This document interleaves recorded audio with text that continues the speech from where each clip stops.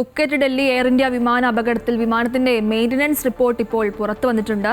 അതായത് വിമാനത്തിന് നിരവധി സാങ്കേതിക പ്രശ്നങ്ങൾക്കുള്ള മുന്നറിയിപ്പ് നേരത്തെ ലഭിച്ചിരുന്നു എന്നാണ് റിപ്പോർട്ടിൽ പറയുന്നത് അല്ലേ? ഇനി ആ ഒരു വിഷയത്തിൽ തുടർ നടപടികൾ എന്തൊക്കെയായിരിക്കും?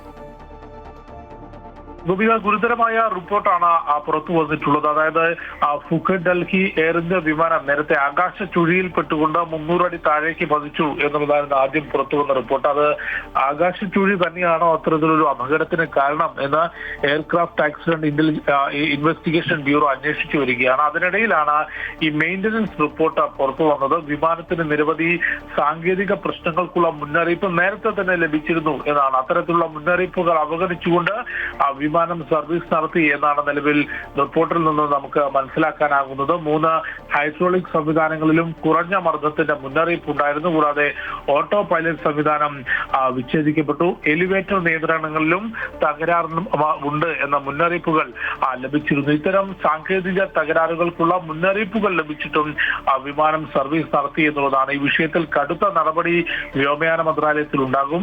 ഇതിനോടകം തന്നെ ഈ വിമാനത്തിന്റെ പൈലറ്റ് ഇൻ ചീഫ് ഈ ലഹരി പരിശോധനാ ഫലം പോസിറ്റീവായിരുന്നു.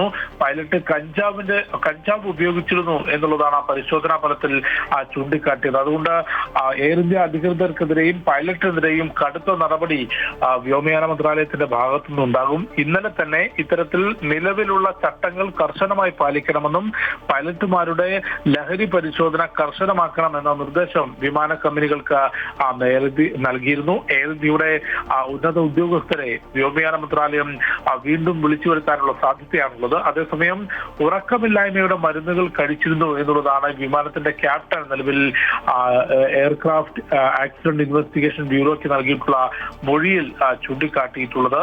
അത് കഴിഞ്ഞ കുറച്ച് ദിവസങ്ങളായി, അതായത് ഈ വിമാനം സർവീസ് നടത്തുന്നതിന്റെ ദിവസങ്ങൾക്ക് മുൻപ് ഉറക്കമില്ലായ്മ രൂക്ഷമായിരുന്നു. അതിന്റെ മെഡിസിൻ കഴിച്ചിരുന്നു എന്ന മൊഴി നൽകിയിട്ടുണ്ട്. ഏതായാലും ഒരു പ്രാഥമിക അന്വേഷണ report aircraft accident investigation bureau ഉടൻ തന്നെ വ്യോമയാന മന്ത്രാലയത്തിന് കൈമാറും. ആ റിപ്പോർട്ടിന്റെ അടിസ്ഥാനത്തിൽ കൂടുതൽ നടപടി ഉണ്ടാകും. ആകാശ ചുഴി തന്നെയാണ് അപകടത്തിന് കാരണം എന്ന വിശദമായ പരിശോധന നടത്തുന്നുണ്ട്. ആകാശത്ത് വെച്ച് 300 അടിയോളം താഴ്ചയിലേക്കാണ് എയർ ഇന്ത്യയുടെ വിമാനം പതിച്ചത്. പിന്നീട് സുരക്ഷിതമായി ലാൻഡ് ചെയ്തുവെങ്കിൽ പോലും നിരവധി യാത്രക്കാർക്ക് പരിക്കേൽക്കുന്ന സാഹചര്യം ഉണ്ടായിരുന്നു. യാത്രക്കാരുടെയും ഒപ്പം മറ്റ് ജീവനക്കാരുടെയും വിശദമായ മൊഴിയും അന്വേഷണ സംഘം രേഖപ്പെടുത്തുന്നുണ്ട്.